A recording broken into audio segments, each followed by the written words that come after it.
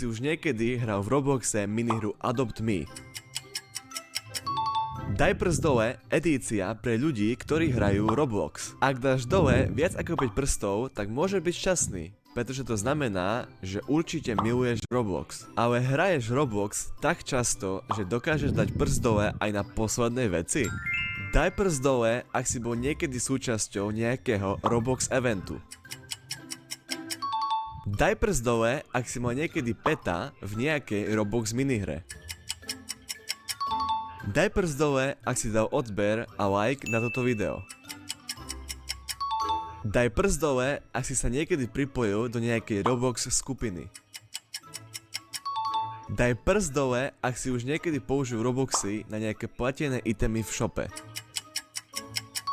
Daj prst dole, ak si už niekedy hral Roblox so svojím najlepším kamarátom. Daj prst